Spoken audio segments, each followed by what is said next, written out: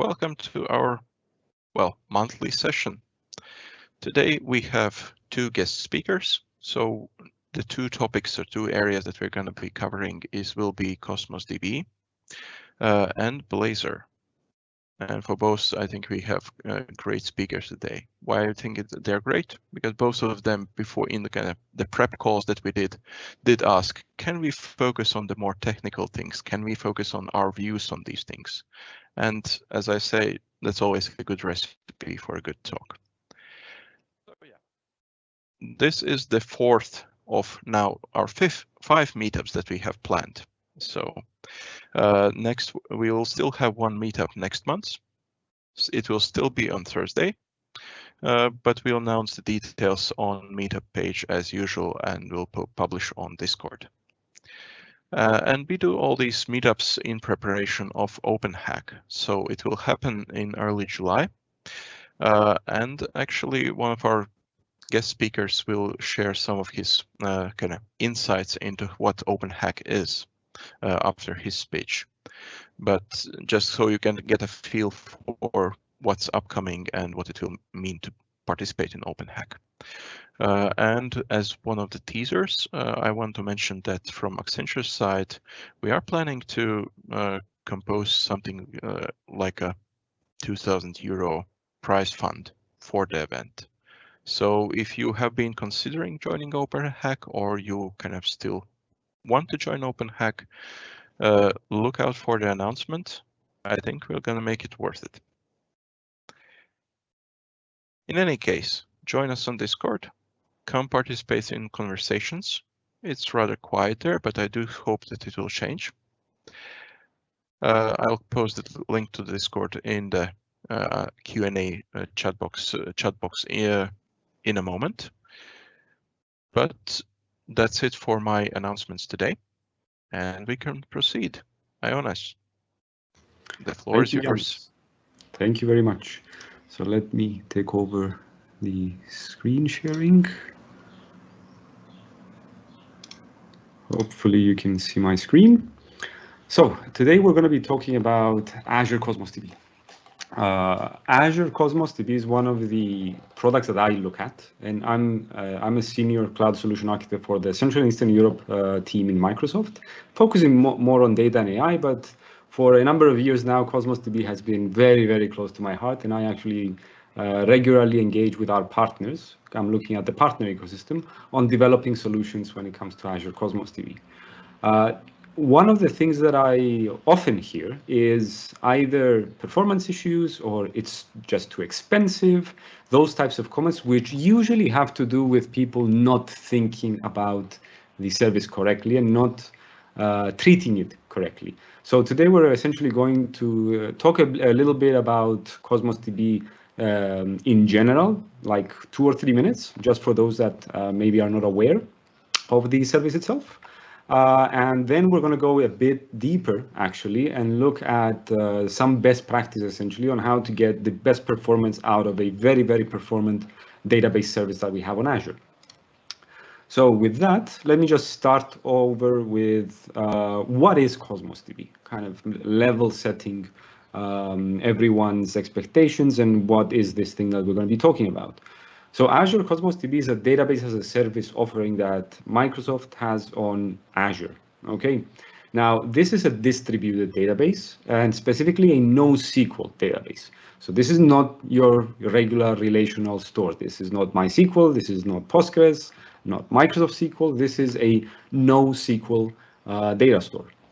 Now, there's a lot of innovations that we have done on top of the database service to give as much value to our customers and partners as we can possibly give.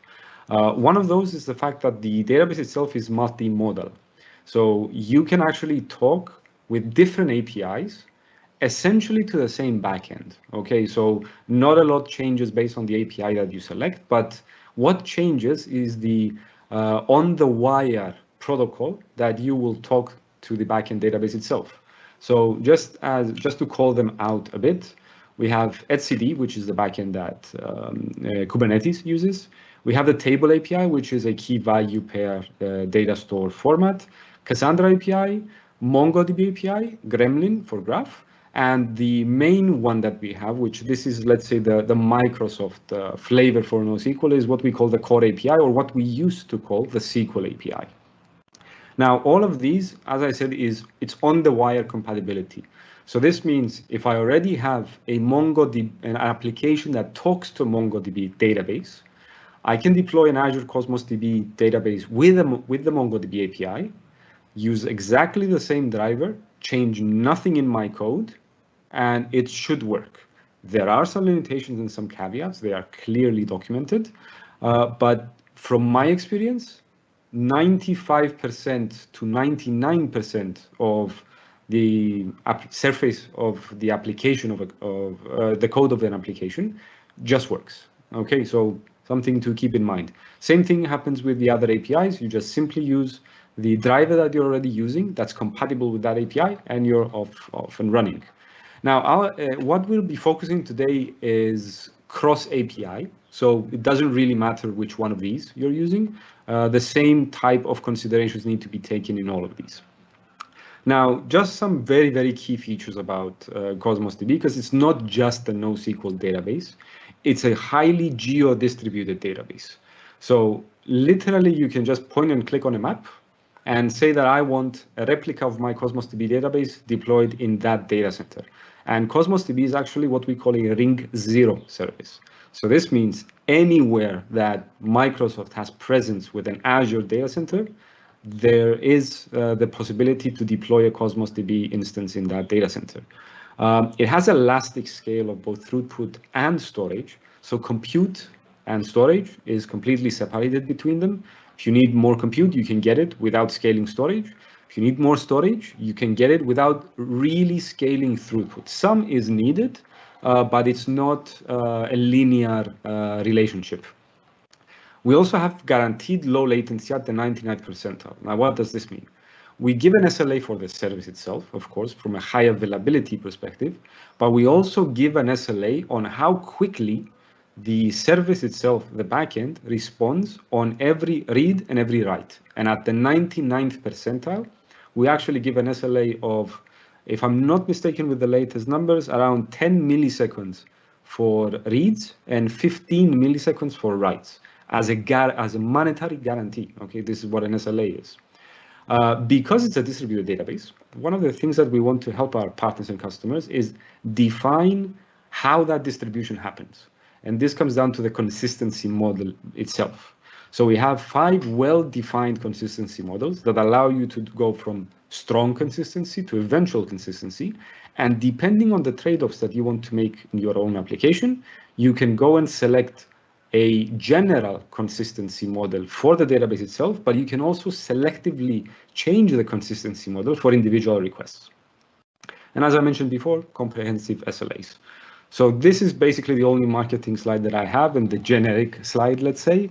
Hopefully now you at least have a better idea of the service that we're going to be talking about if you've never had the chance to hear about this. So let's jump into the real topic of today. So essentially, we're going to talk about the notion of partitioning within Cosmos DB, and then we're going to extend that notion into how do we actually model data in a NoSQL database such as Cosmos DB. So these things actually apply to a lot of NoSQL databases, but especially this is guidance that definitely applies to Azure Cosmos DB. So what is partitioning in the nomenclature of Azure Cosmos DB? So we have 2 different types of partitions. It is a distributed database. So the way that we can achieve scalability is we essentially need to break down data into different chunks and keep those chunks into different compute instances in the backend. Okay, so we've come up with a double hierarchy. One is called the logical partition. So the logical partition is essentially a construct that holds data that belongs in a specific partition key value. So for example, just to start mentioning a couple of things, if I have a database that has customer information, and I select that my partition key should be the city that the customer lives in, then if that city is, for example, Paris, then every single customer that has a city of Paris will be in that logical partition. Okay. Then we go to the level of the physical partition. So that's actually where your data resides. So a physical partition may have multiple logical partitions, and this depends on some specific metrics that we have that do change over time. But that's essentially your compute. So how much SSD storage and compute you have for that physical partition. Now, I did mention we do scale horizontally based on the throughput that you request. So we essentially procure and give you additional physical partitions, and we handle rebalancing the logical partitions across those physical partitions so that you get the best performance for what you're asking as a throughput. And we're going to explain some of the notions later on. So from a user's perspective, though, when you create Azure Cosmos DB, you're literally just saying to the service, I want a database, this is going to be my partition key. Nothing more you need to do. You don't need to think about where the logical partitions are, how many physical partitions do I have on a high level, so no management there. The service just does that. There are considerations, and this is what we're going to be discussing for. Now, this is kind of the picture of what that means. So in this case, all of these, let's say, boxes that have the city names in, those are logical partitions. So essentially, we take a hash of the partition key value that you provide us. We have specific partition key ranges that are mapped to physical partitions that then we go and assign those logical partitions to. So any document with the same partition key value will end up in the same logical partition, okay? So just as kind of an example over there. Now, let me just move a bit over. Now, throughput, which is one of the things that you get with Cosmos DB. So that's essentially the processing power that you get. And I have a slide later on when we actually dive a bit deeper on what an RU is. We have those as request units per second. Okay, so that's essentially your CPU and memory. You don't get a Cosmos DB with 4 cores or 8 cores or 100 gigs of memory. You get a Cosmos DB with a specific, if you're going with a fixed database throughput configuration, amount of RUs, or we actually do have the concept of having autoscaling. So you can say that, I have a min and a max, and I want to scale between that for my throughput, and the database intelligently requests and gets the amount of throughput that you need. The important thing when it comes to partitioning, though, is that when you provision a specific amount of RUs for a collection, and the collection, you can think about it as a table, essentially, in the relational world. So it's somewhere where we put data. It's the underlying structure. But in the case of Cosmos DB, we call those collections. So your documents are rows, essentially. So the collection is the table on a very, very high level point of view. But if I configure my collection with 10,000 request units, if I have 5 physical partitions, what this has as a direct effect is that each partition will get 2,000 request units. Okay, and let me actually go to this one because we're going to need the these ideas to understand a bit the next point. So what is a request unit? It's an abstraction essentially of the billing that we have, and the request unit. So the throughput that we give it as request units per second. What does that actually mean? Like very, very concretely, every time you do a point read on a document in Cosmos DB, a point read means I give it both the ID of the document and the partition key. So now I uniquely identify a single document from my collection. That charge from a compute perspective that the engine needs to consume to give you back the result, that is one request unit, okay? For a 1 kilobyte document in size. If it's 10 kilobytes, it's 10 request units. Okay, so there's a linear association to those. Now, those are for reads. Every time you write a 1 kilobyte document, the charge on request units is around 5 request units. Now, it depends on a lot of things, indexing strategies, the actual partitioning that's going on. So there's a lot of things that affect this, but it's around 5 RUs. It won't be 200 request units. It's going to be somewhere around 5 request units for a single write for a 1 kilobyte document. Now, the throughput is request units per second. So the minimum that you can get in Azure Cosmos DB is 400 request units per second. That means essentially that within a 1 second time frame, you can read 400 1 kilobyte documents.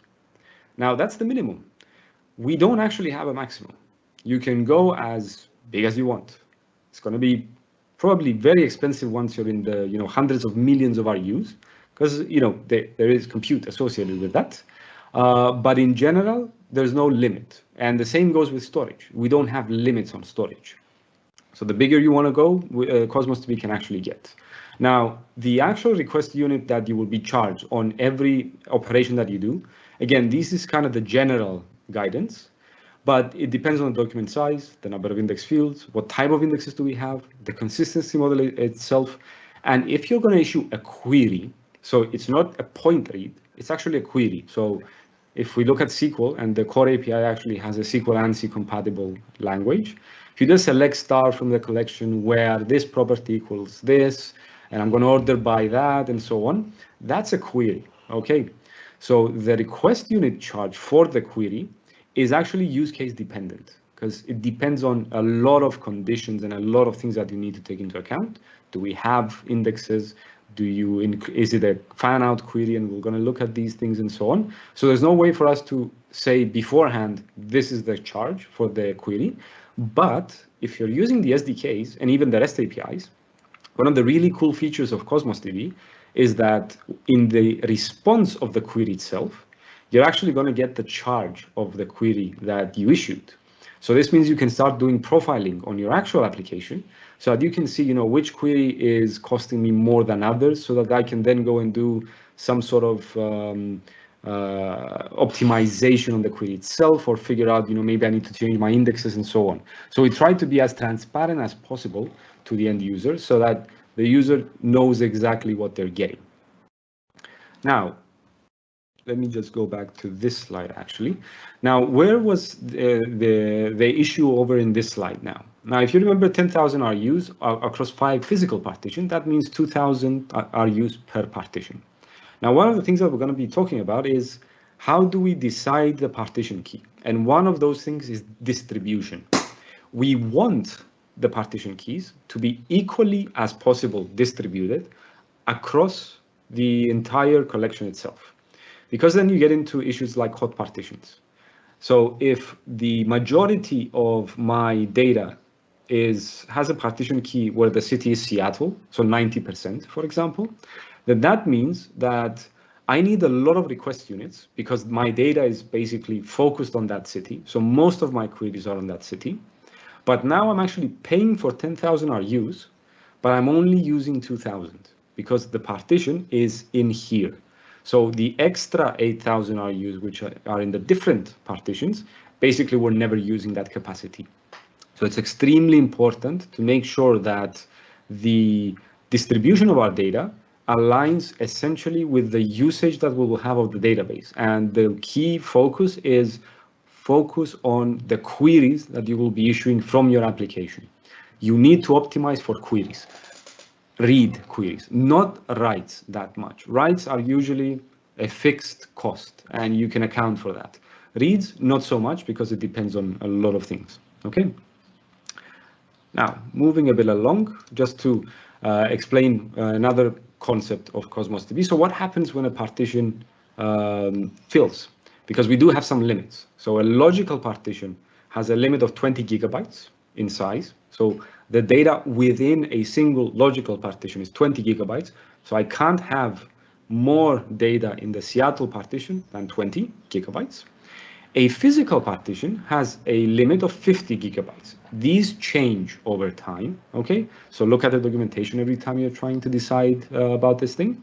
So what happens when I reach the 50 gigabytes? And I'm going to mention the 20 gigabytes later on. If I reach the 50 gigabytes, essentially the database backend will split the partition that is full into two other partition ranges and rearrange the partition keys and the data on those physical instances so that we get the best distribution based on the data size of the partition split. Okay, this won't actually matter in the distribution of the data in the logical partitions. This is most on the physical side. Now, this is for the physical partitions. It's all great. What happens in the logical ones? So if you reach the 20 gigabyte limit, there's no partition split. That is a very hard limit today.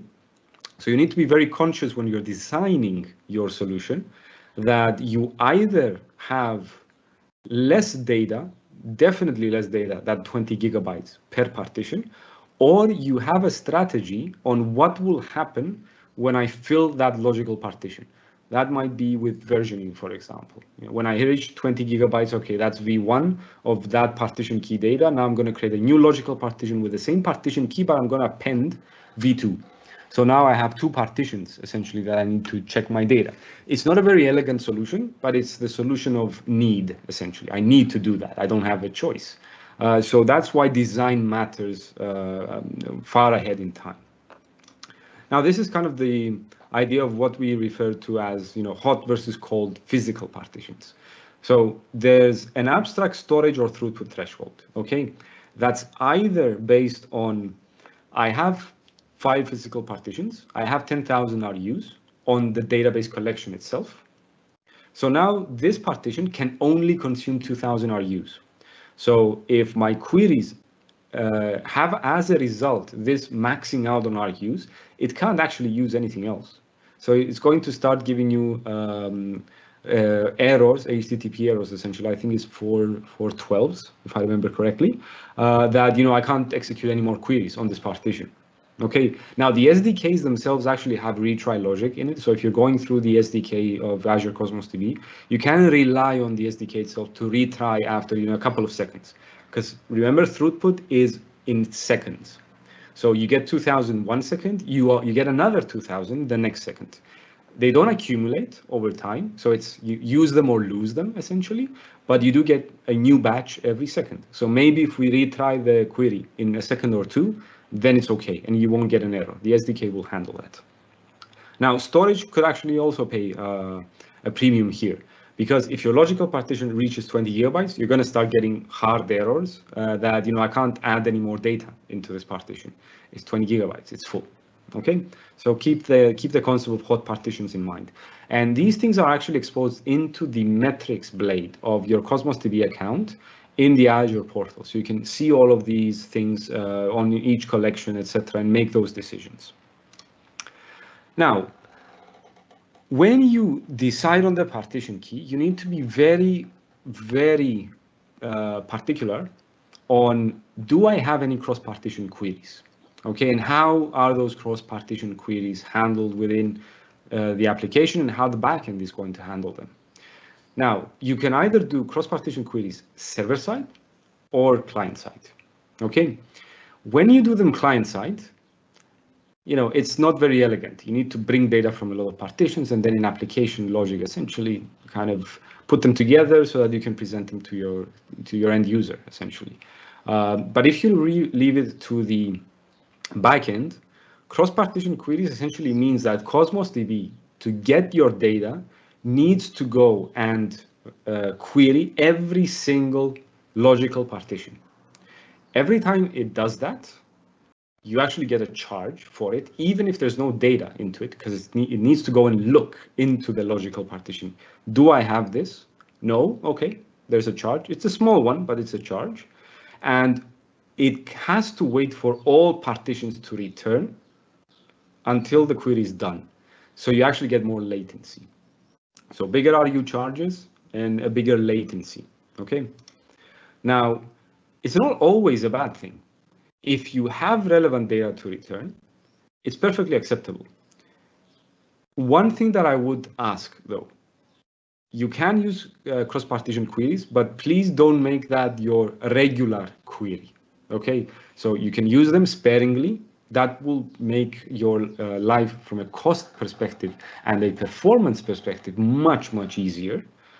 And you can do cross-partition queries, okay, which will incur additional cost, but if they're very rare, so if 95% of your queries are partition queries and 5% are cross-partition, that's fine. But if 60% are cross-partition, then you have a problem with your data modeling and your design.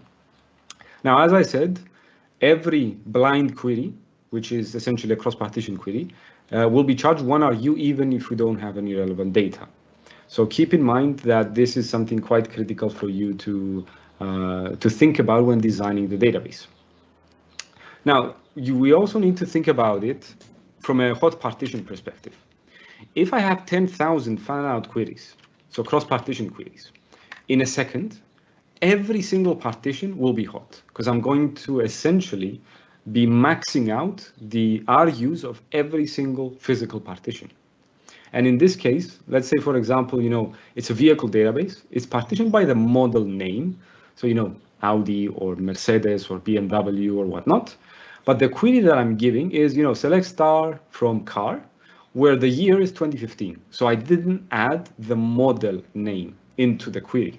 So that means I have no clue where the data is because everything is partitioned based on the model name. So I need to go and check every single logical partition and by consequence, every single physical partition. So if I have 10,000 of these queries per second, so that means every single physical partition will get 10,000 queries executed on it, which leads to all of the partitions being hot and essentially maxing out capacity. Now, if you add the actual model, this is completely fine because now you actually have the partition. So now the query that we're doing is literally scoped to the specific logical partition. So in this kind of diagram that we have here, if the logical partition of Turlik, for example, is in this physical location, then the query will only land here, and it's actually only going to query the logical partition that has that data and not any other logical partition on this physical partition. Okay, so much, much more efficient, and the cost goes dramatically lower. Okay, now choosing a partition key, some rules of thumb. Okay, there's a lot of thought that needs to go into this, but the rules of thumb.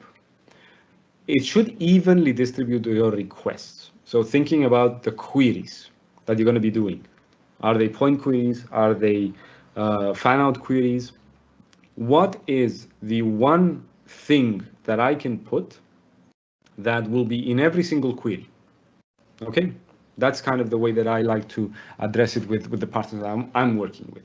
Is there a property within your JSON document? Because it is a NoSQL database. It's essentially a JSON document store. Is there a single property in your JSON document that every time you do a query, you need to give it? So that's question one, essentially. Now, if there's not, is there something that we can create, so a synthetic partition key, essentially, that will satisfy that requirement? If yes, that's fine. Now, you need to have a partition key. So you need to have something that is available in every single instance. If there's nothing from the query perspective, from the write perspective, if you don't give Cosmos DB a partition key, it's not going to like it. It's going to tell you, where's the partition key? I need one. So usually what I see a lot of partners doing, if they haven't figured everything out yet, they just use the ID field. And the ID field is either automatically generated from Cosmos DB itself, or if you already have one, you can actually give it the value itself, and it essentially it handles it as a primary key. Okay, so it's a unique value within your collection. So that's kind of the one aspect. Can you evenly distribute your request across all of the logical partitions? Okay, because we don't know which physical partition every logical partition is. So the exercise that we need to do is, can we evenly distribute them across logical partitions? How can you now evenly distribute storage? Now, again, think about the 90th percentile of data that we had with the Seattle example before.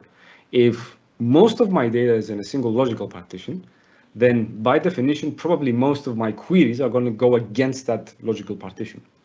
So I don't distribute my data evenly. We're going to look at a couple of examples later on also. And also have a high cardinality. Now, one of the most common questions that I get is, you know, I have this candidate partition key, but essentially I'm going to have a single partition for a single document. So every single document will be in its own logical partition, and I'm not going to have anything else in it. That's bad, right? That's actually really good. So we're not dealing with a traditional relational database, okay?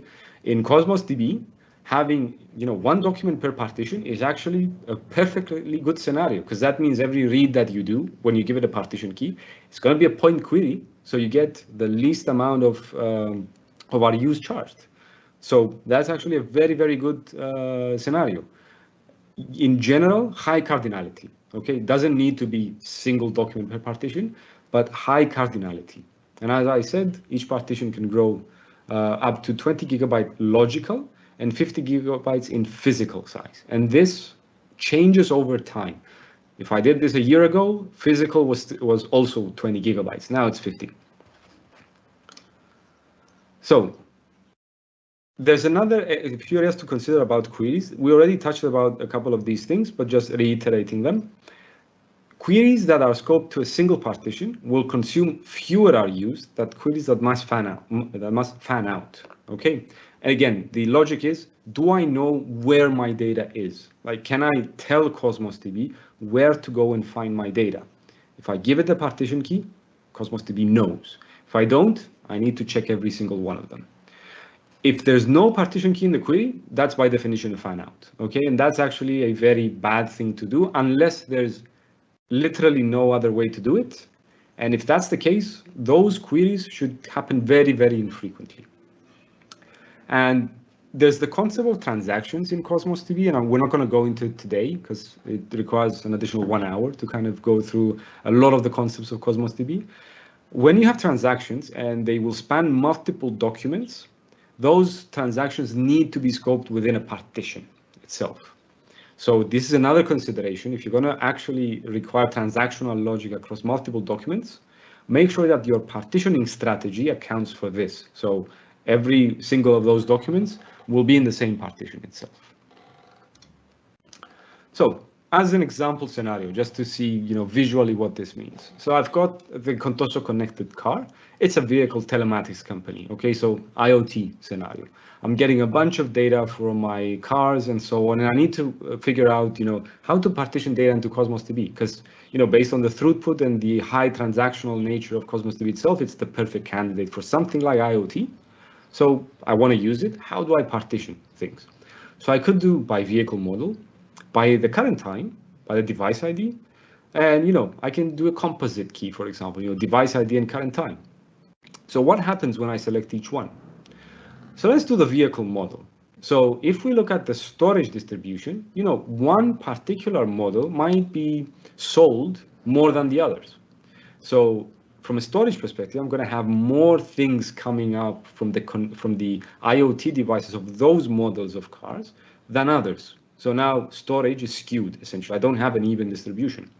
But even from the throughput aspect, again, because more of those models are sold, so more of that data exists, well then, my throughput distribution will also be skewed towards that specific model. And okay, so that's not the best idea. So let's do current month, for example. I get a time stamp. So let's do the month. Now, from a storage distribution perspective, if you kind of look at the high level angle over a year, for example, storage will be perfectly evenly distributed, okay? Because, every month, more or less, we're going to have the same events coming in from the IoT devices. Of course, it will slowly increase over time the more cars I'm selling, but more or less, the distribution will be pretty decent across the logical partitions. But what happens with throughput? Throughput is very, very bad, because by definition, if we're doing current month, then it means this month's data will all be in one partition. So all of the throughput will be required for that logical partition, writes, reads, and everything. So I'm going to have a very, very, very hot partition. So I might need to actually scale a lot just to meet the demands of throughput.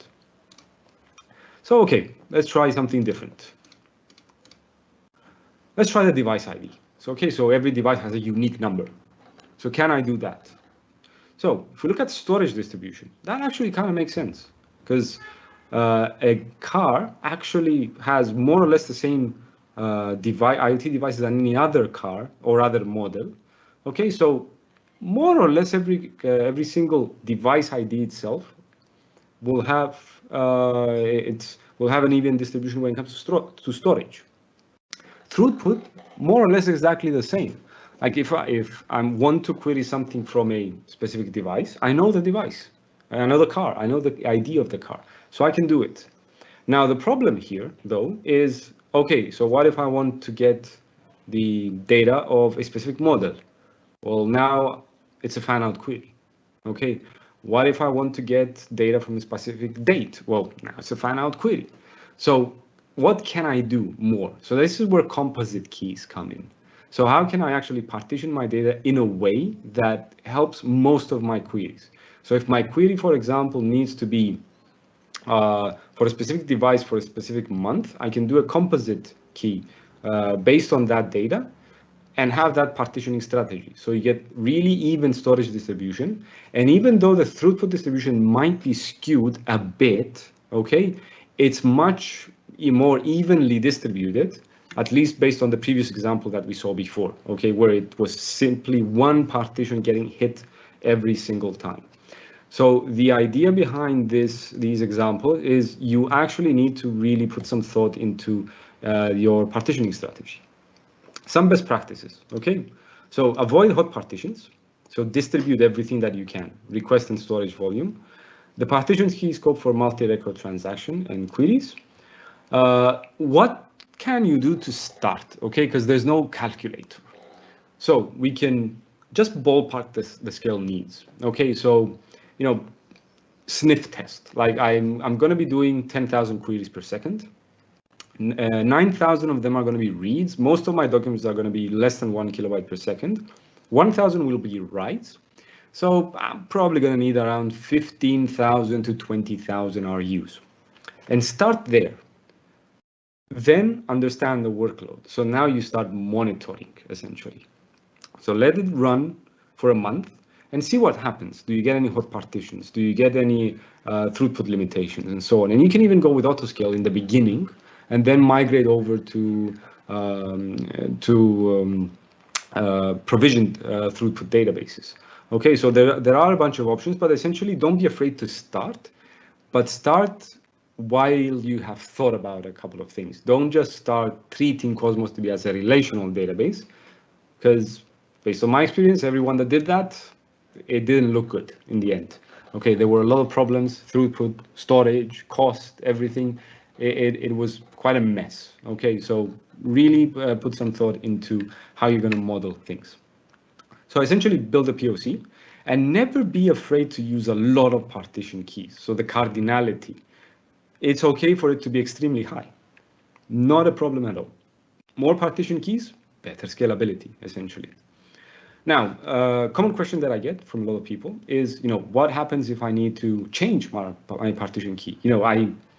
I put it at X, that was wrong, I need to put it at Y. Unfortunately, today, there's no real way to do it automatically. So you can't tell the service, I want to change it to this. Essentially, a partition key is fixed today for the collection, for the lifetime of the collection. Now, if you Google something from my colleague Theo, he's part of the product group of Cosmos DB actually, how do I change the partition key on Azure Cosmos DB? You will get some patterns and some tooling and ideas that you can use to change the partition. Essentially, it involves a migration to a new collection, okay?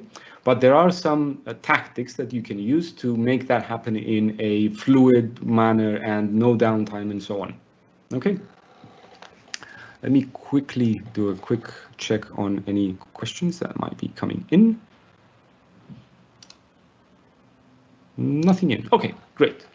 So we dealt with partitioning. Now, it's a NoSQL database and I'm used to, the SQL world. So how do I model in NoSQL? Do I do nothing? Do I just stick data in it and hope for the best? What do I do? How do I think about it? And this is where the data modeling aspect comes in. Now, keep in mind, although Cosmos DB is not a relational data store, data modeling is extremely important. It's as important as with relational data. You can't just leave it without any thought, okay? Because it does have performance and cost implications. It's even though NoSQL database often get advertised as, they're schemaless, let's be honest, there's always a schema. There's always a JSON document. There's a structure. There's things that you need to think about. It's not just a blob of data with absolutely no structure. Those are called images, okay, or videos. It's binary information. In this case, we're not talking about binary information. We're actually talking about key value pairs or property and values and so on. So there's some structure there. So there is a schema. There's no enforcement on the schema from the database side, so you don't actually need to say that this is what my document is going to look like to the database for it to be accepted, apart from setting up the partition key, okay, the only caveat. But you still need to think about your schema, okay. Now, the reality is actually we have two extremes. So you've got the SQL world, where you actually are told from the university, normalize everything. So you have a really nice juicy burger here, literally take every single individual thing and stick it in a different table, okay? With NoSQL, you can actually embed everything as a single piece as long as it makes sense, okay? So there's the concept of more or less embedding or referencing. Now in the SQL world, the best practice is essentially reference everything. Okay, so keep IDs as foreign keys, more or less, so that you can keep the detailed data in its own table, that it has its own index, its own maintenance, and so on. And that's the best practice, and it is. But in Cosmos DB, you can actually do both. So you can either reference or you can embed. And when do we do what? So let's take the example of the Contoso restaurant menu. Okay, so you've got the concept of a menu item, and you've got the concept of the category of the menu item. And this is kind of a simple JSON notation of what that might look like. So it's a hamburger. The description is, cheeseburger or no cheese. What's the category ID? What's the category name? And what's the category description? Okay, so we've basically embedded everything into a single document. Now, whenever I show this slide, literally the first question I get from the SQL guys, where are my joins? How do I do joins if I have something like this? I'm like, well, you don't really have joins. And like, seriously, where are the joins? You're joking, right? This shouldn't be the way things happen with databases. So they probably go the naive way. So they normalize. So they have either two collections or they have two documents within the same collection. That's something that you can definitely do. You make two network calls. So give me the menu item, give me the category item, and I'm going to merge them on the client. Yeah, I mean, it works. There's no real problem, like from a theoretical perspective. It works. But can we do modeling so that we can get the same functionality as a join without the trade-off of doing multiple network calls, for example? Okay, so do we denormalize or do we normalize? Do we embed or do we reference? And do we need to put actually data types in the same collection, or do we have to change them? So do we have to keep them in separate collections? Remember the collection as, if you want to think about it from a SQL world, it's like a table, but it's much more flexible than a table. So we have the embed example. Okay, so we've got the menu ID, we've got the menu name, and we've got a bunch of items. Okay, so we're embedding the item itself inside the items array of the menu. So that's the embed. That's the reference. So I just give it an ID, and I have somewhere else another JSON document that has the actual details of the item itself. Okay, just to give you an idea of what we're going to be talking about. Now, which one is better? And this is what we're going to be looking into right now. Should we embed some things or should we reference? Now, when do we embed? So this is essentially how do we create the hamburger? What do we put into it? Okay, now, when you want when you're building a system, and every time you're going to get the hamburger item, you also every single time want to get the ingredients. That's a really good signal that I should embed this because I need it anyway. So why make 2 calls? Let's just make 1. Okay, so that's a very good signal to embed or not. Okay. Now again, I say signal. I'm not saying you should always do it. Something to consider. Okay. Anytime child data is dependent to the parent, then you actually should always embed because that's a dependent. It's if the parent doesn't exist, the child item doesn't exist. So they essentially are one thing, even though logically we're thinking about them as 2 different things. So for example, you've got the order. What did you order and what was the price? Okay, so these things cannot exist without the order. So we should embed them actually, because we always need them in the same query that we're going to issue. Every time you have a one-to-one relationship, okay, because that essentially means that I'm more or less splitting something that, has no reason to be split. Every time you're referencing something, and every time you're doing foreign keys, okay, the idea in SQL, or why do I need to do a foreign key? One of the basic tenets is I want to reuse that row in another table. So I want to use the foreign key relationship, one of the reasons, okay, not the reason, so that I can reuse that. But if you've got a one-to-one relationship every single time, can you embed it? Can you keep it the same? In SQL, it's different, okay? We actually want sometimes to have a one-to-one relationship and actually denormalize. But in this case, it's the same essential thing. So we're going to be querying that every single time. So let's put it in the same document itself. And also if you had a similar rate of update, okay? So when I change something, do I also change the other thing? Or does this change as frequently as the other property? So email and address, they don't change very often. I have a bunch of emails, but I don't change them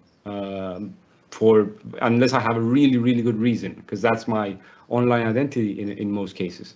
My address, I've never heard of someone that's going to move houses every month. Okay, so probably these things change very, very infrequently. So let's keep them together. Let's keep them in the same document, because they will probably be updated either together or at the same rate.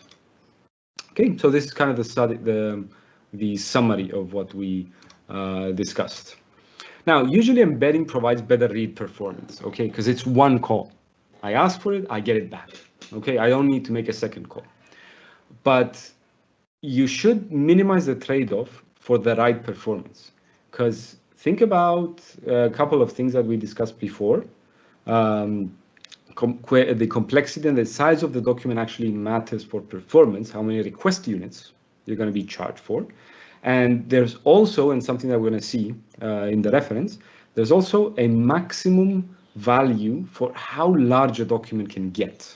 Okay, so there's a trade-off for everything, and this is why you have to actually think about it very, very well before going and implementing something in Cosmos DB. Really, SQL is much more forgiving because you can change a bunch of stuff. In Cosmos, it's a bit more challenging making those types of changes, the radical changes.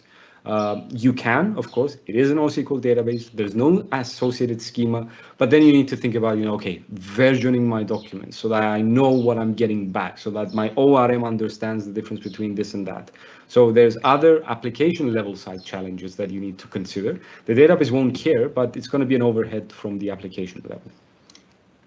So let's go now back to when to reference. Okay, when you have any one-to-many relationships, and especially when the relationship is unbounded, so I don't know how many of those I have, always embed, never ever reference. Okay, there's 2 reasons for that. There's too many writes to the same document. Okay, so throughput matters. The more you write to a document, the more costly it is to write to that document, the specific one. And there's also a 2 megabyte document limit. Okay, so at some point, you can't write any more data into the document. Now, the 2 megabyte limit exists today. In 6 months, might be bigger, okay? But keep in mind all of these limitations that managed services in the cloud in general have, not just in Azure. Everything has a limit. So keep in mind, because these actually play a role in both performance and availability. I apologize. So what else can we do with regards to reference? So when data changes at different rates, again, you need to reference. So total number of orders, for example, or total amount spent for that specific account document over here. So the name won't change, or maybe it's going to change, once or twice in everyone's lifetime. Okay, maybe you decide to change your name, but it doesn't change very often. The email doesn't change, again, very often, as we said before. But the statistics of that user, the aggregates, those change every time they make an order. So should we reference or should we embed? It's better to actually reference in this case, because that means you're writing to a different document, and it might actually make sense to write it in a different collection. And there are ways to do this that we won't go in today on some of these tactics, but keep this in mind. You should consider documents idempotent on the level of their fields. So one field should not change much more frequent than the other fields. They more or less need to have the same rate of change. And sorry, idempotent is literally the wrong word to use, but I think I explained it better later when I kind of gave the description. Okay, so store the aggregate data in their own document or even in a different collection and just reference it and get it when you need it for that account. Many-to-many relationships. Let's take, speakers and sessions in a big conference. Speakers have multiple sessions. Sessions have multiple speakers. So you should have speaker and session documents and reference them between them. Because if you try to embed in every case, you have a lot of data duplication in the same collection. So your storage goes up, your cost will go up also. So it doesn't make sense. So in this case, you should actually reference. And if there's something that's heavily referenced by many others, again, it makes sense to keep it as a reference document instead of embedding it. Because again, duplication. Even though some duplication might not have a big impact, if it's massive duplication, it's going to drive up your costs and everything and hurt performance. Okay. So summary on when to reference. So if you have one-to-many about the relationships, many-to-many, data changes at different rates, what is the reference? Heavily reference, please reference. It typically provides better write performance, okay? Because smaller documents, you're much more precise on what you're updating and so on, but it may require more network calls for reads. Now, one of the reasons why write performance is better, there's no way today in Cosmos DB to do a partial update, for example. So I only want to update this field. You actually need to give it the whole document, okay? So remember when I said about the size of the document have an impact on your RUs? That's kind of what I was meaning. You can definitely do both, okay? You can embed frequently use data, reference the others to get less frequently. So in a collection, you can have either one entity per collection. I'm going a bit fast because I need to finish up. I'm out of time. Or multiple entities. Okay, so let me show you what I mean. So in here, I actually have a type property. So I have a person and I have a cat in the same collection. It's more than okay. It's a NoSQL database.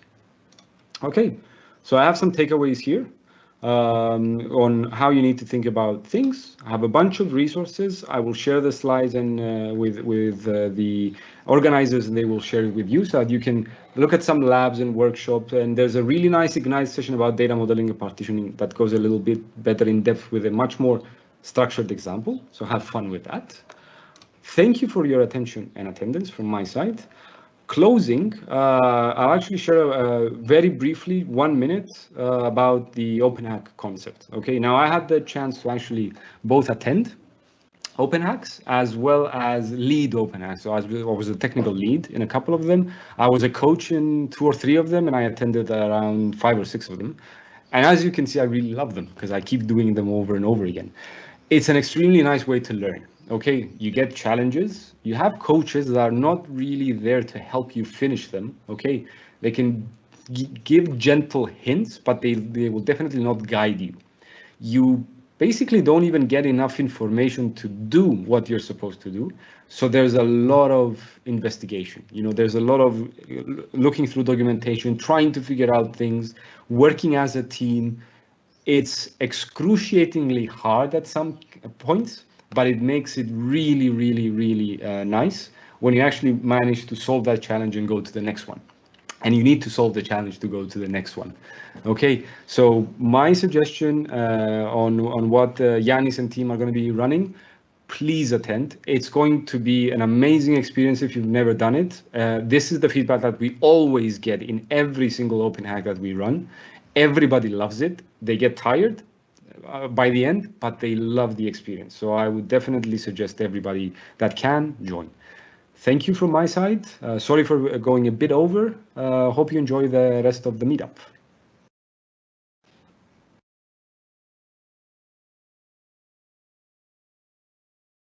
Okay.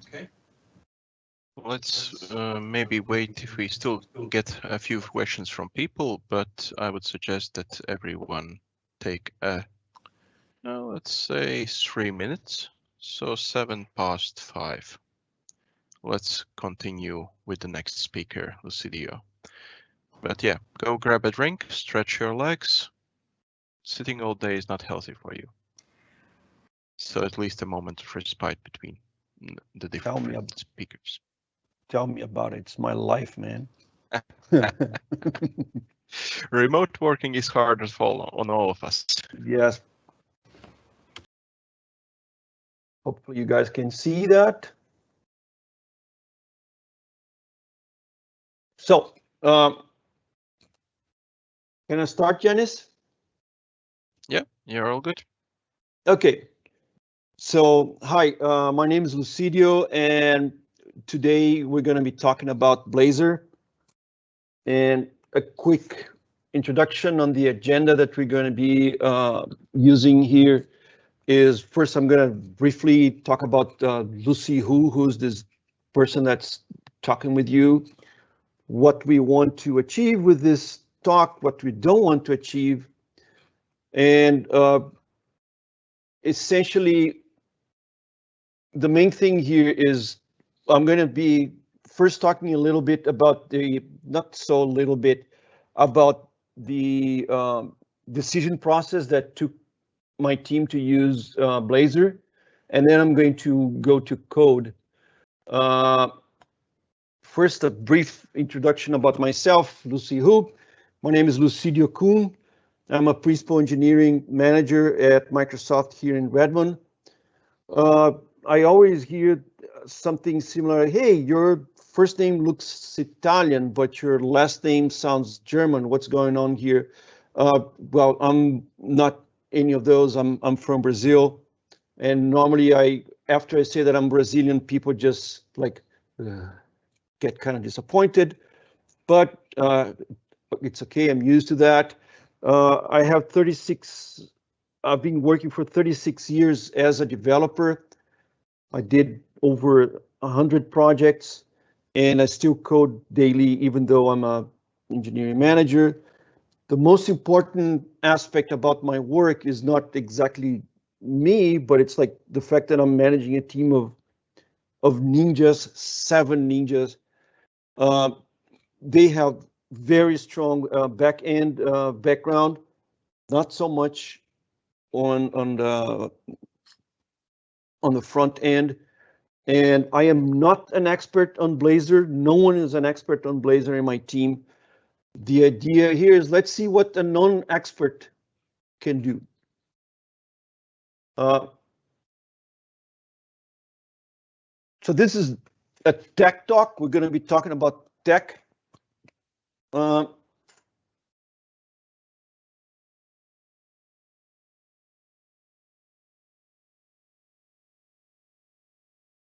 And the idea here is that I'm going to be, again, talking about the decision process to use Blazor, and then we're going to drill in a little bit of a tech. The major tone here is, hey, I found something cool, which is Blazor. What you guys think about it? And I'm going to use as little PowerPoint slides as possible. I wanted to make it even less, but then ended up with more than I thought. But and I want to make it as much Q&A with everyone as possible. The material that I have here, actually, if I don't have your questions, and we're going to finish maybe earlier than what we thought. So please, I need your help. Giannis is going to be our facilitator. Please send questions to him, and please interrupt me at any point on this. You're not going to take me from my concentration or whatever. Please make questions whenever. And I know that people from Estonia are famous for being not very talkative. I don't know if Lithuanians or Latvians are the same. I know that you guys like to say that, hey, we are very distinct countries, please respect us. And since I am not American, I actually know that there are 3 countries named Latvia, Lithuania, and Estonia. I know that you guys have different languages and so on. But regardless of that, please keep asking me questions. This is not a marketing sales talk. I am not from, I'm a technical dude. And this is not an in-depth Blazor talk. We will, in the end, I'm going to provide some material for you to go deep in case you want. That said, let's start. I'm going to start talking about the problem that, so this is an actual situation that we had in my team where we have what my team does is deployment mechanisms for all of Office M365 services, especially for what's considered compliant development, compliant services, meaning services for governments, for some Department of Defenses, and so on. So it's like very serious services, and our deployment service deploys services that end up generating some tens of billions of dollars to Microsoft. Now the thing is, there is one part of what we do which is called onboarding, and it was taking like 5 days per new service. And if we continue like that, we would become a team that would only do onboarding, and we wouldn't be doing development, which is something that I didn't want it to happen. And as such, we needed to scale. We needed to go from five projects, 5 days per project, to 5 projects per day. So the idea is to do a self-serve portal where people can just go there and do the onboarding. Up until now, it was all done manually by following a huge and very complicated step-by-step guide. Now, so I came with this idea for this self-serve portal. Now let's see what I had and what I needed. So this is what I had, a bunch of ideas in paper. For this kind of stuff, I still like to use paper in the beginning because paper accepts anything, as you guys know. And I wanted something that I could say, hey, what you want to do? I want to do onboarding, I want to do maintenance, I want to do settings, whatever. And then if I select onboarding, you select the basic data that you need to enter. So we identified some 5 or 6 data points that were needed for all of those steps. And so we're going to ask for that basic data, and then we would have some onboarding sessions, and then each onboarding session would have steps, and each steps would have details. So that's the basic idea that I had. And then a bunch of other basic ideas like, hey, how which states the sessions can have, which states the steps can have, and so on. Now, having that in mind, I needed to decide if we would go with normally we would just go there up. The usual would be like to do on MVVM or MVC app with JavaScript on the client, and then C#, like we are C# shop, and then C# on the server. And then for if we go with JavaScript, we would use either Vue or React or Angular or whatever else is fashionable at that moment. Or we could use this rather new technology, which is Blazor. And then when I started learning about Blazor, I saw that I could do the same code for server and for client. It's just that with Blazor for client, we would be using WebAssembly, which is a rather new technology that allows me to send like a bytecode through the wire that's executed on the client. Or I could do with everything on the server. And then what's in purple here are different component frameworks that we can use to help. And what I needed was this, in the end, a portal with this format. The problems that I had, like these two of the resources that I had were these two. I had one Sunday to do it, and I had one developer, if you consider me a developer. That's what I had. Like our project was starting to get to slip the schedule, and we wanted to have this thing done. Now let's start looking at the thought process, like the decision process that we have in my team. So essentially, what we do, we create an investigation work item on our backlog. Then the investigation item would the deliverable is going to be a conclusion document. Then we're going to have a discussion with the whole team, and then the conclusions are like 2 or 3 different proposals, and then we go there and discuss with the whole team and see the pros and cons, and then we commit to the whatever we decide. And so I came with these 3 different solutions. Number 1 would be let's just improve the documentation.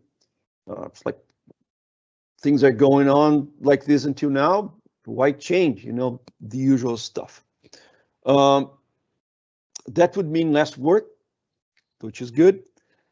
But then we would still have the same problems, and we would be just dumping the problem on the customer, which is not something that's very well seen here. And then the other solution would be to do a self-serve portal, either in JavaScript, having JavaScript and C#, or do the self-serve portal in Blazor. And the main pros and cons here are like with the JavaScript, we would have a steep learning curve as compared with Blazor, with whatever framework we decide, either React or Vue. And in my case, it would be a relearning curve, regardless, because I have worked with React some time ago. And the main advantage for Blazor is evidently it would be a smoother learning curve. But the main thing is that we could use proper design patterns. We're going to take a look at that pretty soon. But the main thing is that we can use the same design patterns that we're using in our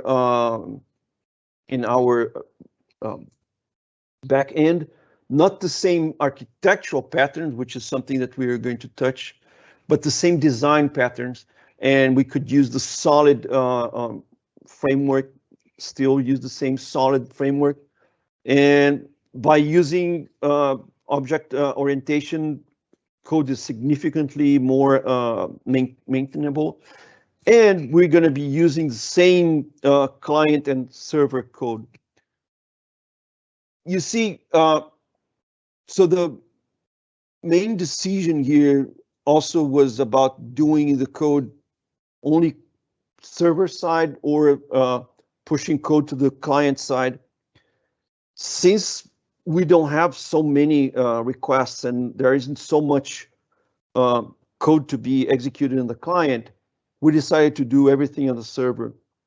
If we find out that we have more demand than what we needed, than what we initially have foreseen, then we would transition our code to the client.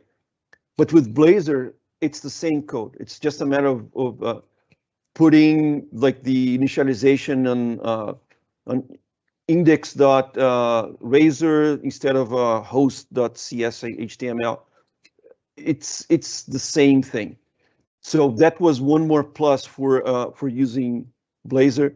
So the conclusion that we had, and that's why we're talking here, since obviously JavaScript has JavaScript with React and Vue has the major advantage that it is wildly popular, and as such has like thousands of plugins and hundreds of thousands of people that I would say some millions of people that can develop. But we are not going to use any of that.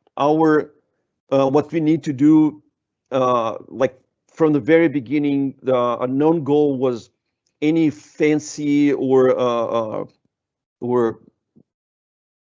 fast UI. We just wanted something that worked, and that's why we decided to go with the Blazor server.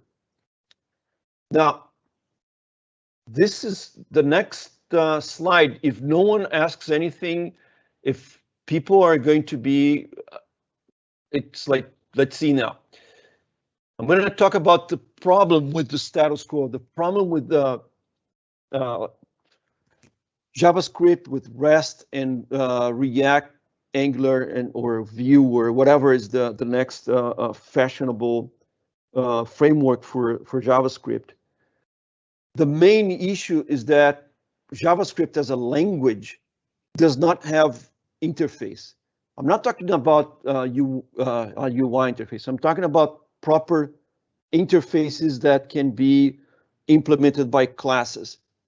Nor does it have like class encapsulation, because it doesn't have proper private or protected members in a class.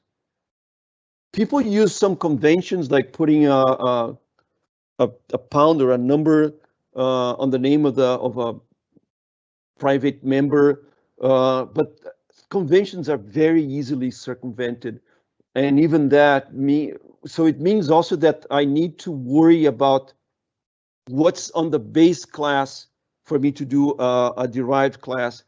That goes against proper design patterns. We use design patterns on my team, and You mean Blazor running server side and using Signal R, doing changes in client? Yeah, Blazor always use Signal R. That's something that we're gonna look at. And so we're using Blazor server. All the communication goes through Signal R. I'm going to briefly talk about that on the next slide. And that's a fantastic question. So there are three basic tenets for design patterns. Yeah. Number one, program to an interface. Number two, favor class composition over inheritance. And number three is design for change. We can't program to an interface because there are no interfaces on JavaScript. We can't do proper class composition because there is no private or protected members. So like the derived classes and would use the same composition that's up there on the base classes, and that makes for a big mess. And design for change, it's hard to do, significantly harder to do with JavaScript than a proper object-oriented language. And as such, in the end, you look at the JavaScript code, and it tends to be a whole bunch of if then else. And the only thing worse than is if then else to make maintainable code is go-tos. If you want to make it really bad, we could find a way to put a go-to there in JavaScript, and then you would see what's a miserable life. I know that TypeScript solves most of these problems. TypeScript has internal and protected class members and so on. But in the end, we would still need to learn, in my case, relearn a new language, a new tool set, and a new paradigms. We're going to look at that on the next slide about the logic that we use for Blazor. And I promise that this is the last slide about why we use Blazor. From then on, we're going to be talking about the code and the app. Okay. Whew. Okay. Next is like why the logic for Blazor is that it's full stack development all in C#. And yes, you can still use JavaScript if you need. And you can use JavaScript with all of the React, Vue, Knockout, whatever you need to use that. But in my project here, we didn't need any of that. So it's like you can start with Blazor, and then you can even continue later use whatever else, some of the thousands of React libraries. The main advantage would be that we're still use the same tool sets that we're using. We're going to be using Visual Studio or Visual Studio Code, .NET, NuGet, profiling. We're going to be using .NET. We have everything ready to create .NET containers that will run either on Service Fabric or Kubernetes, Azure Functions. It's the same tool set for back end and for front end.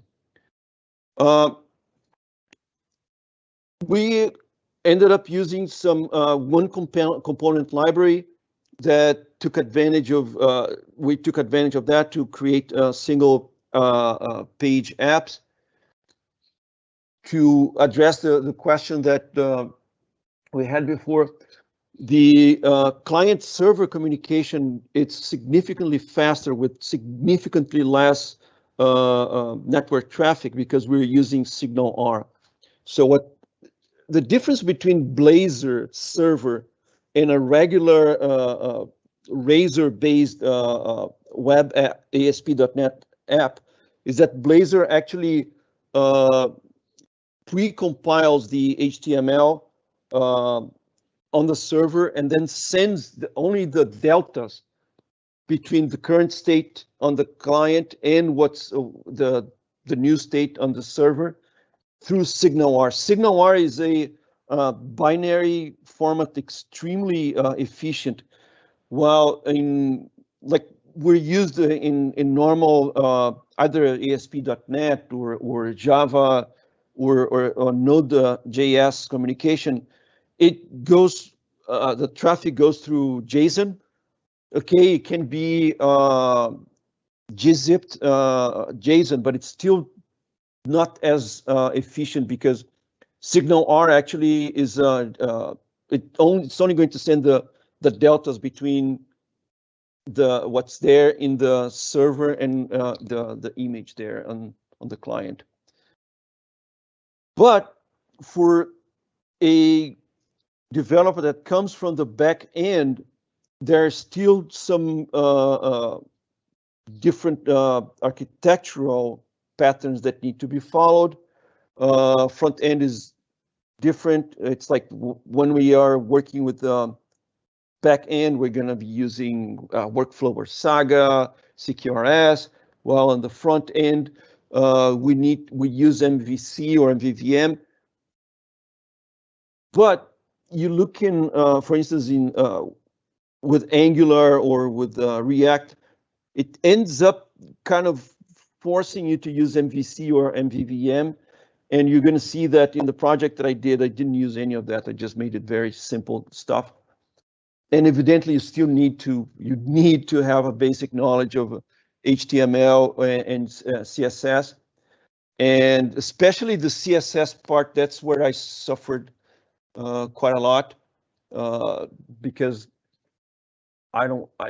you always need to know more about CSS than what you think you need, than what you think you know. So that said, let's start looking at what I did. And so the basic architecture for what I did is we're going to see on the code that there is a navigation menu. Like when you create a new Blazor app using the Blazor template, it will create like an app startup CS, and then a navigation menu. That navigation menu has just a reference that will create that will start my onboard page, which just derives from component base, which is a Blazor.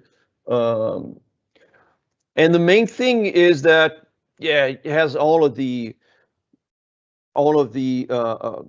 lists and select and buttons and this and that. That's what's expected on a page, but that's all internal to that class. But it has a reference to the workflow service. Remember what I said about preferred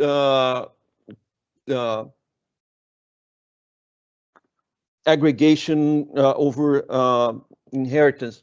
So here I have an aggregated workflow service. So workflow service is just an interface.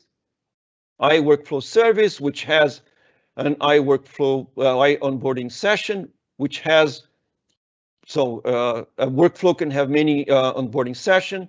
An onboarding session can have many steps. And here at this level, I only see interfaces. There is only interface. We're not using any concrete classes from the data layer there. Now, what I did was, so I created this fake workflow. So the fake workflow, it doesn't go to any database. It just creates some fake data just for me to see it working. Then what happened is after I created the UI, so I was working with one of my ninjas in my team, and he's doing the back end. And what I told him is this: hey, the only thing you need to do to make the UI work now, you're going to substitute this. Instead of doing with a fake workflow, you're going to inject, and we're going to take a look at where this happens. You're going to inject the real workflow instead of fake workflow, and everything is going to work as long as you use the same interface. I don't care if you're going to a database or if you're doing whatever, or if you're sending an email to someone that will write down and then send. I don't care, as long as you have this working using this interface, just go for it. And then, so I had this, and then I had like one important aspect for any project is to define what each word means. Because like, for instance, the word organization, what does that mean? It can mean something for me that's going to mean something completely different to you, and it's going to mean something absolutely different to another team. So I defined everything like, okay, like a workflow is just a sequence of steps. A step is just a synchronous post REST request with a specific schema that's defined someplace else. A step status. So essentially, we define everything that we're talking here, and then instead of being blah blah blah, I'm going to just show this code and so show it's working. So remember when I said just let me.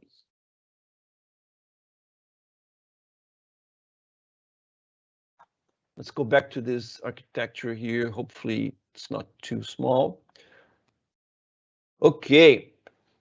So I'm using workflow service, which is implemented by fake workflow. So this Blazor, it uses dependency injection all the time, which is one of the solid principles.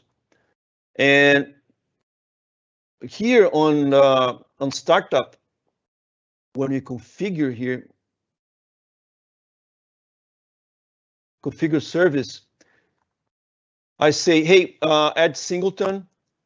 Every time someone needs iWorkflow service, what you're going to do is we're going to substitute by an implementation which is fake workflow service that's used by, that's created by this fake workflow service. Cool. Which is literally loading a fake data.json.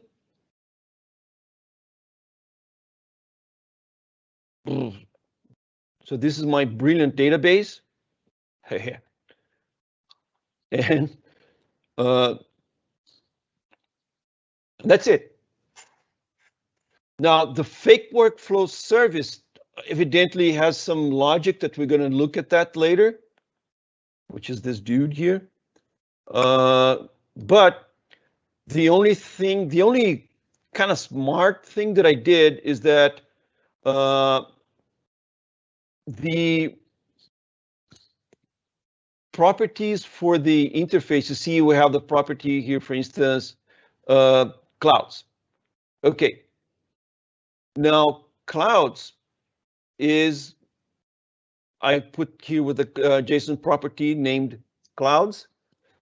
But when I serialize it to a concrete clouds. And the property clouds, actually I set it to ignore. It's just pointing to concrete clouds. That's the only smarty thing that I did here, just for the sake of being fake. And okay, so at this moment we're using fake workflow.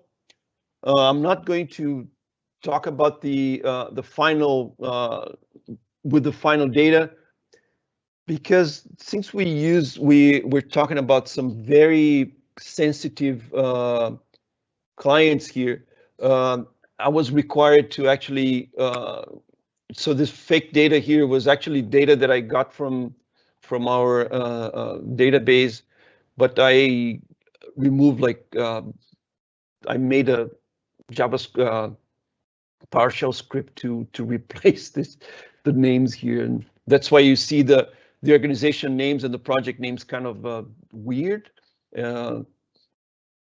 Please bear with me. Okay, let's see what else I can talk about. So we have the dependency injection here, which is used. So this is where it's created. And then when I talked about nav menu, remember this guy here? So this is actually created by the Blazor, and I substituted what normally Blazor creates with this. And this is where I said, hey, I have my. So I have a page named home, which is this page here, which doesn't have anything because I don't like to work too much. I prefer working less. And then I have this page named onboard, this guy. And then let's take a look. So the home is just this index razor, which as you can see does nothing. But so this is the main page that I did here. Remember when I said that we use dependency injection? So for me to use dependency injection in Blazor, I just need to do that. I put @inject iWorkflow service, which is the name of the interface that I want to inject, and the name of the variable that's going to be. And then you see that it's being used all over. And also, and so I have the onboard razor and so this is the razor is the HTML mixed with C#. You see that everything that's like with an it's C#. So I put here for each. I have a bunch of for each, and I have one place here that I have an if. So just briefly, maybe some of you guys already know Razor, but essentially this means, hey, if this property is false, it means, hey, display this. If it's true, it's not going to display, and that's why here you don't see this this class, this UI there. Okay, I'm just going to show a little bit how this works. Now, if you look at this, it seems so simple. It's because like we really banged our head to make this thing simple. Once I printed the steps to do the onboarding, it was 20 pages. It's a lot of things, very dense with a lot, but essentially we found out what we need is only these 4 data points. Just a personal access token from ADO, the organization, and here's something that our users would immediately recognize. So let's see if I have anything here.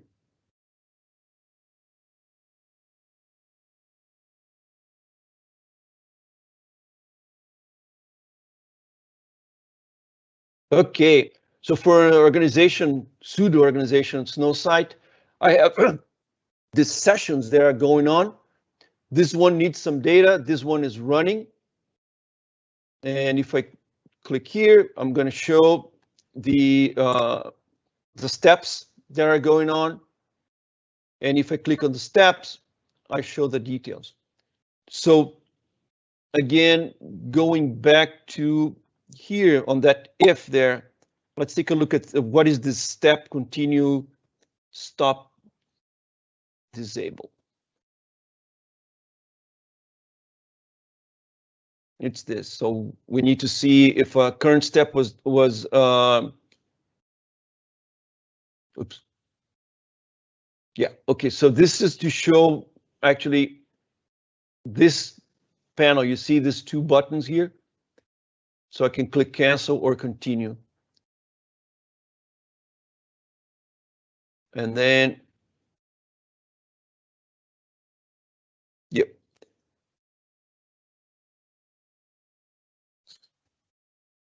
So I just wanted to touch a little bit on how the Razor works. So we have this mix of HTML, like I can have div and everything that you normally use, table, TRTD, but I'm going to talk about the library that I decided to use, which is the Blazor.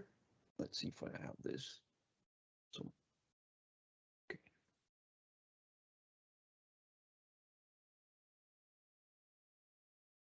So I didn't want to like write down like every time, for instance, to get data from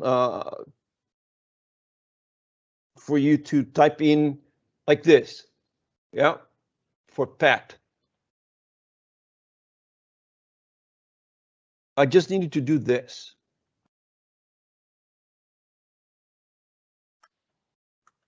And it's like, so I'm saying what's the label that I have, which is PAT there, PAT, personal access token. Believe me that people know what, when we talk about PAT, they know what it means for the public that we're targeting.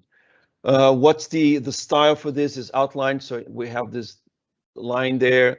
Hey, I want it to go full width, and it's not disabled. It's always shown. And then the same thing. And then I have this mud select that you guys saw it. Same thing here. If I used, I could do all of this using plain HTML, but it would be like way more work. And since I needed to do this quickly, I used Mud Blazor, which is, I'm going, at the end, I'm going to add the, you're going to see there in the, on the final resources. So this, you see that we have 1, 2, 3, 4 columns. So the basic design, I used Mud Grid, and then I have 1, 2, 3, 4 columns, and the excess is like the number of spaces that it uses. It uses the same idea of from Bootstrap, where you, for any layout that you have, you always have like, you can have up to 12 columns and up to 12 rows, essentially. And Mud actually uses the material library from Google, which is based on Bootstrap, so ends up being one thing built on top of the other. Okay, now let's do like this. I'm going to show just one thing here. So this organization doesn't have any nothing onboarded yet. Let's see how it works. So I say for organization, Captain Dog, project Hurry Man, cloud.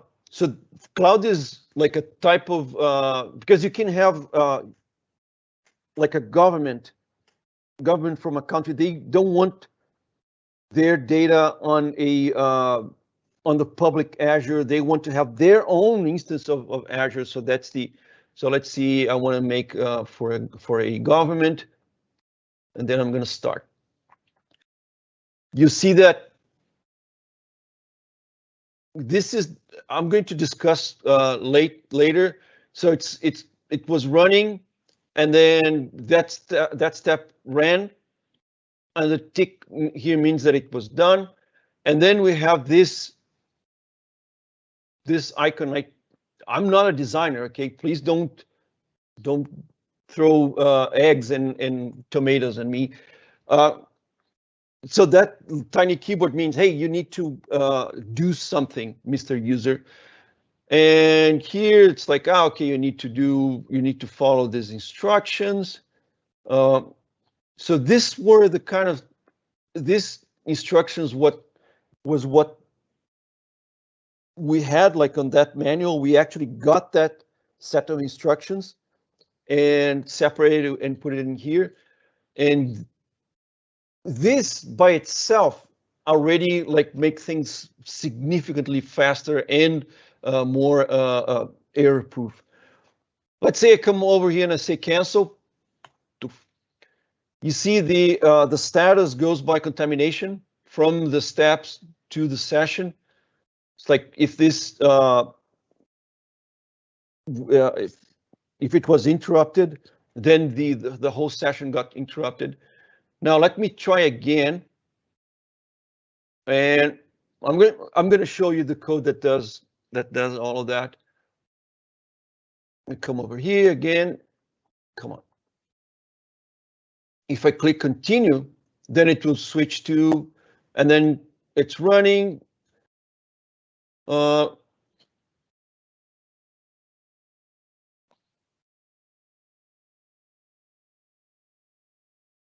And the code that does that is here.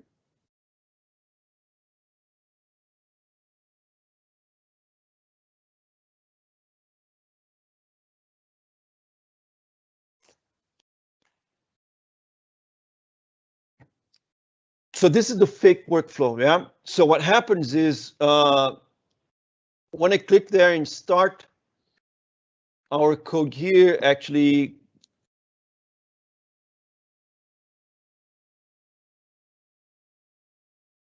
came to the start workflow, which calls the workflow service start.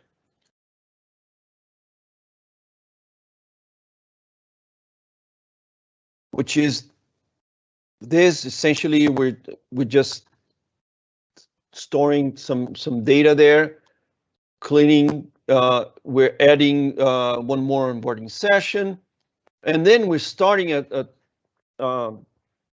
thread that simulates the execution of a workflow as if it was like, essentially it goes from one step to the next one, and the workflow that we have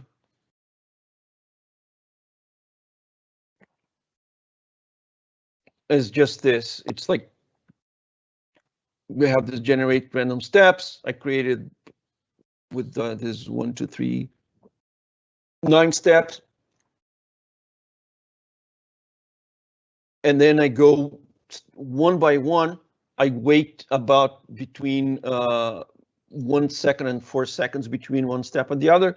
The only sophisticated thing that I do is like, hey, if it's in the second step, I'm going to say that the status is need data, that one and that is reflected on the UI with that keyboard. Otherwise, we say that it's running, and after between 1 and 4 seconds, we say that it's completed. We execute this for the number of steps. And so we go. Okay. Now, let's take a look at what were the hardest part for this project. Is that like what took me longer than what I thought here is that the worst thing was doing the updating of the status. The Mud Blazor, there is the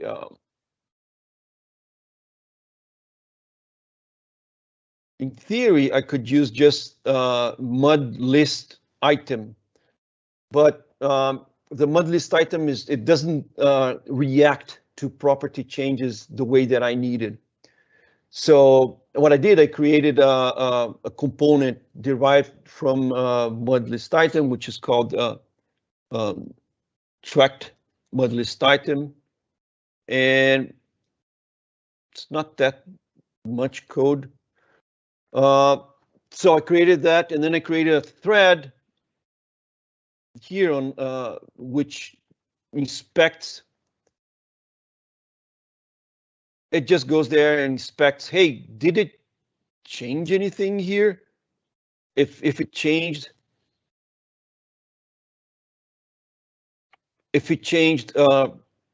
actually go like item by item in any list and check if and redraw it if needed, which is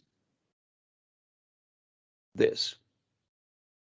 So recall what was the previous status, and then I see the new status. And so amazingly enough, it works, and that's why you could see like the steps updating automatically.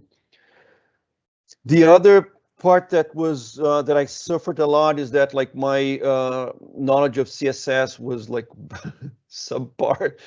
And the good thing is that I could come over here to the Blazor, and they have this. So for instance, I needed to look at the list there.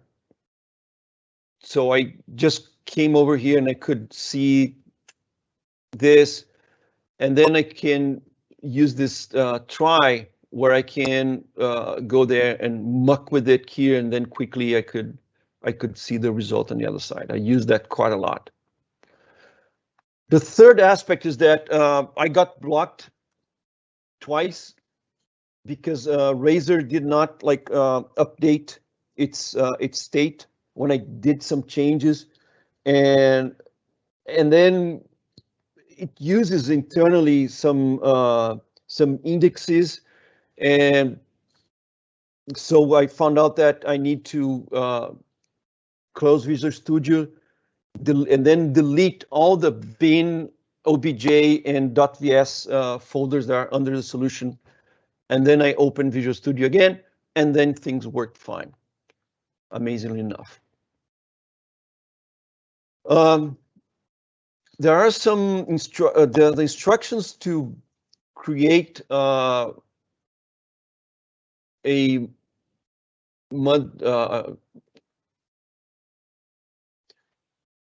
it's very simple. You just do it. It's just 5 steps. But I'm horrible at following instructions, so I managed to get lost. Yeah, I know. So I did a PowerShell tool that does that for me because I'm just lazy.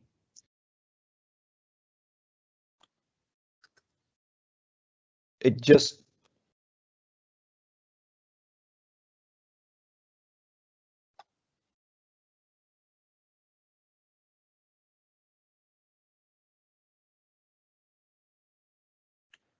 so I just run. I'm going. The PowerShell tools are. I'm going to show where you can find that.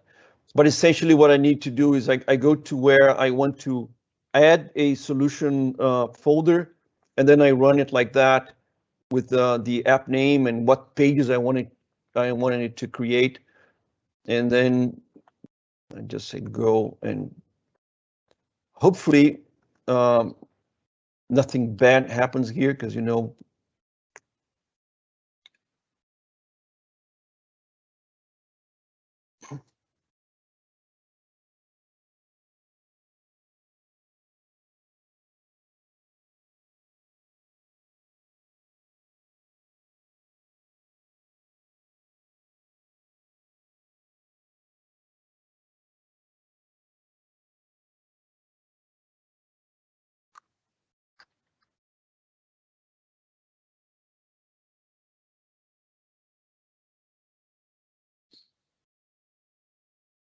There's a bunch of things there. And then it actually opens the Visual Studio with the project there for you. Because like when you create a plain vanilla Blazor, it creates like some pages there that are like completely useless, and it's some pain to yank those pages because there's a whole bunch of references here and there. And so what it does, so that tool creates the, so we had that I wanted to create a page that was, come on, e-commerce and settings. So I created an e-commerce page and a settings with the code behind that evidently at this moment does nothing, but it's already there. It's already with the injected iData service and the start data. The start also has the injected, and what you need to do, you just search for to TBD and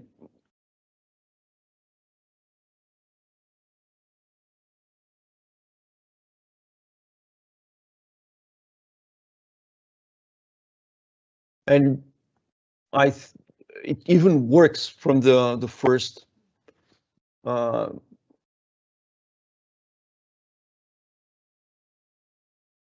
So while it compiles, I'm going to show you the resources that I would recommend you to.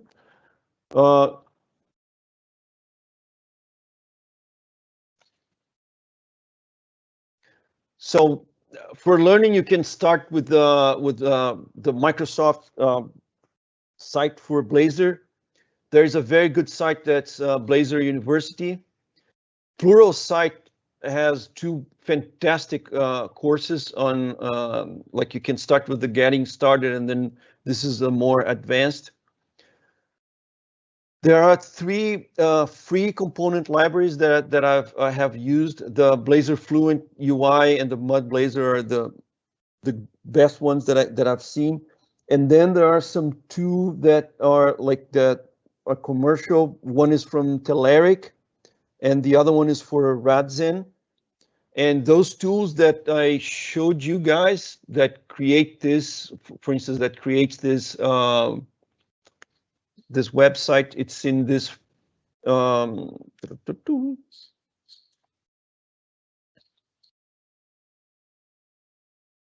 it's here in the GitHub Lucidio K partial tools. So you have the Mud Blazor solution. If you already have a Blazor project and you want to turn into Mud, you can do the modify. And yep. And that's it. I don't know. Did I go over my time, or do I still have time? You still have time, but I do have a question.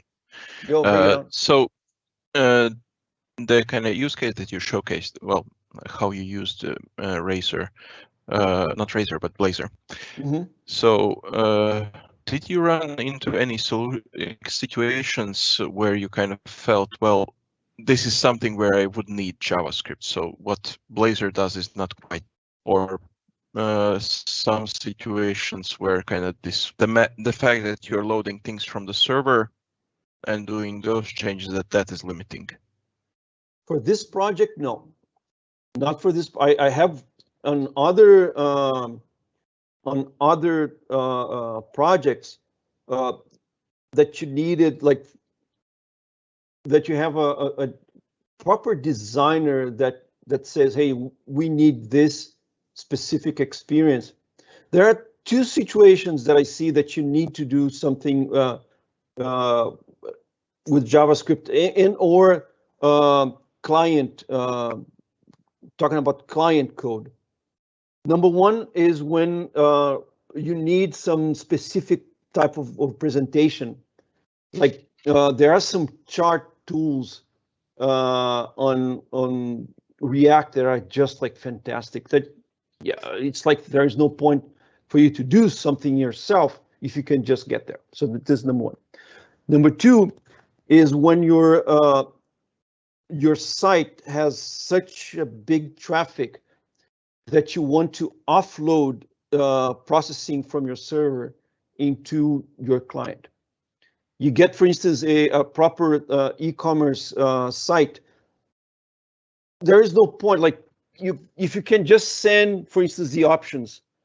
Like think about Starbucks site. Yeah.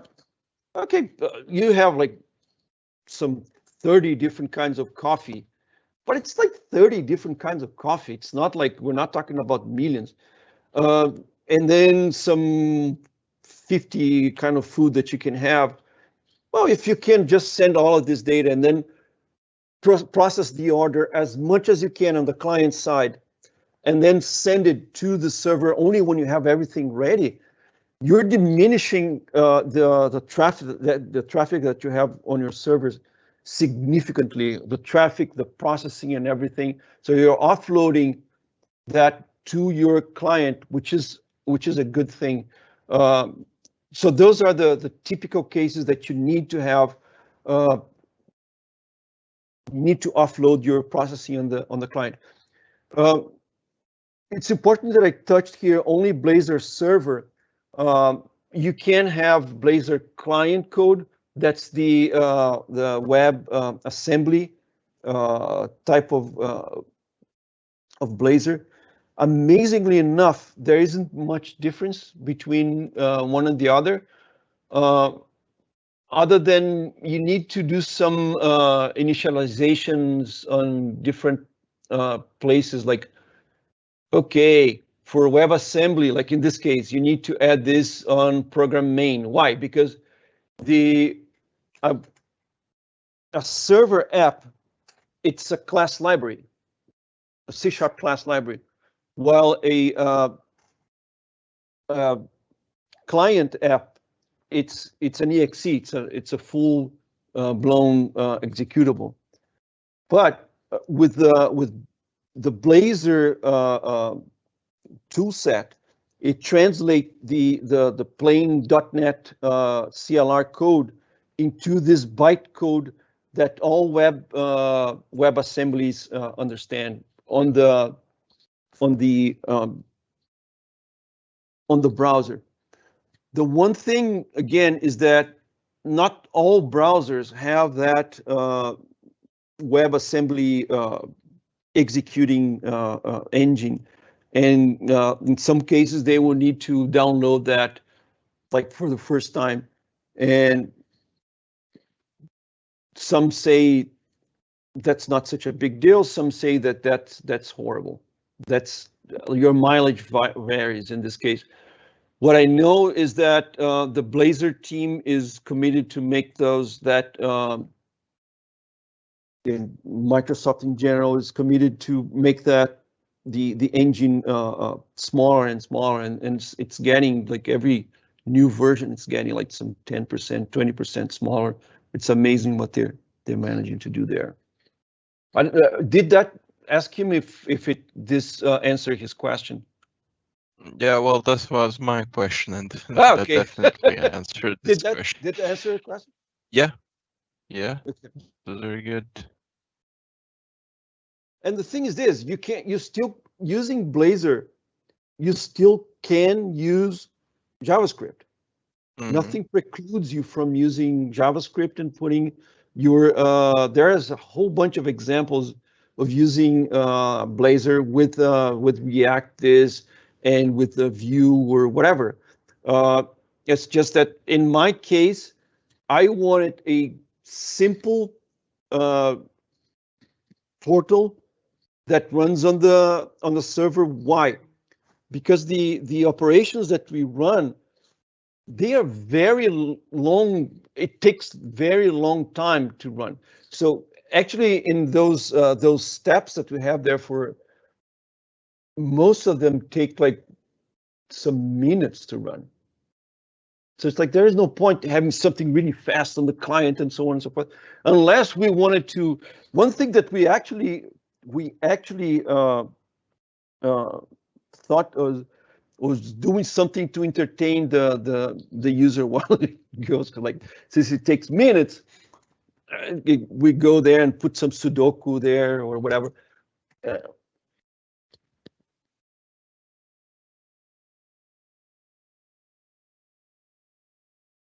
And I actually have a Sudoku. I made a Sudoku in JavaScript, and it's open.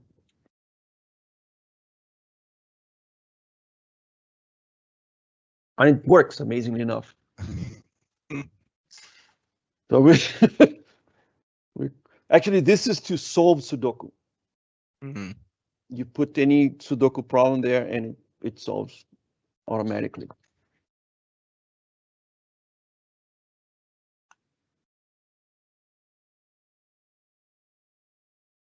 Okay, I feel I have to ask that too. So does the audience have any questions?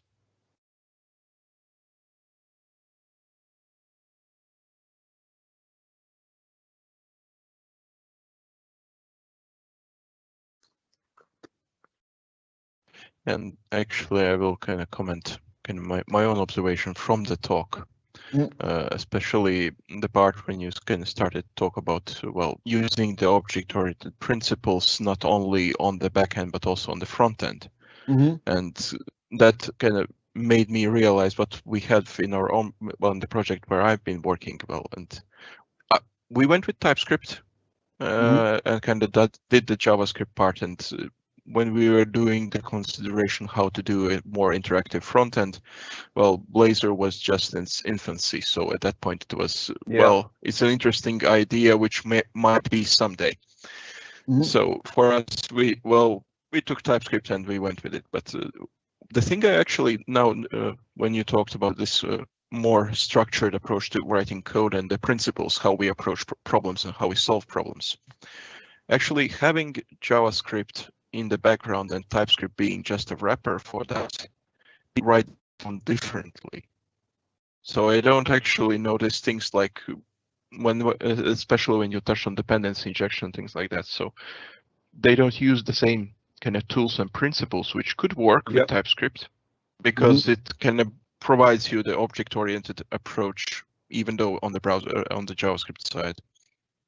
But people don't use those tools. They kind of go this very kind of simplified approach, more likely to kind of what they would do with JavaScript. So the methods are just kind of long collections of, how I mentioned, if then. If then, Yeah. So it's actually a very kind of food for thought, for at least for me, than what it would mean to have more object-oriented code on the browser side, and actually which practices could be applicable and can more beneficial, maybe even when we touch on especially large-scale projects for on the kind of supporting the client side also for the same approaches. I forgot to touch one important thing. Since you work with TypeScript and JavaScript, I wanted to see what you think about what I noticed when I worked with TypeScript, and that was up until last year. That the development cycle was significantly slower because it took like forever, in my opinion, to like I go there and I change some code in TypeScript up until I managed to get it running on the browser for me to debug. It was taking like minutes. Well, here I can just change it and poof, and run it again, and it's like ridiculously faster. Is that something that you also had like in your experience? Yeah, with TypeScript, well, we did start out without kind of any live builds and so forth, but having TypeScript in between actually brought some additional challenges in terms of having it built and then kind of transpiled into JavaScript in between. So we were kind of initially going with Visual Studio supporting that, and then dropped it in favor of a different implementation. So the tooling, the more abstract layers you have in between, the harder it is to have the tooling working consistently and getting that kind of, as you mentioned, quick feedback. So I will argue that that's quite true. And when we later from TypeScript went on to Vue.js, it was once again very fresh feeling to get this kind of live reload of any changes you do, because there we were once again completely in JavaScript. Yeah, that's something that I have that feeling. It was like, oh, it was so like you go there and I change like one word, boom. like, oh, okay, there it goes. Especially because like the project that I was working was using React with like some 20 plugin libraries, and each one of them were very like, okay, because they do so many things. And it was like, come on. It was taking like a long time. It was like almost 10 minutes every time. Poof. And I had a very, very powerful computer. I'm talking about like 32 cores and like very fast SSD. It was miserable.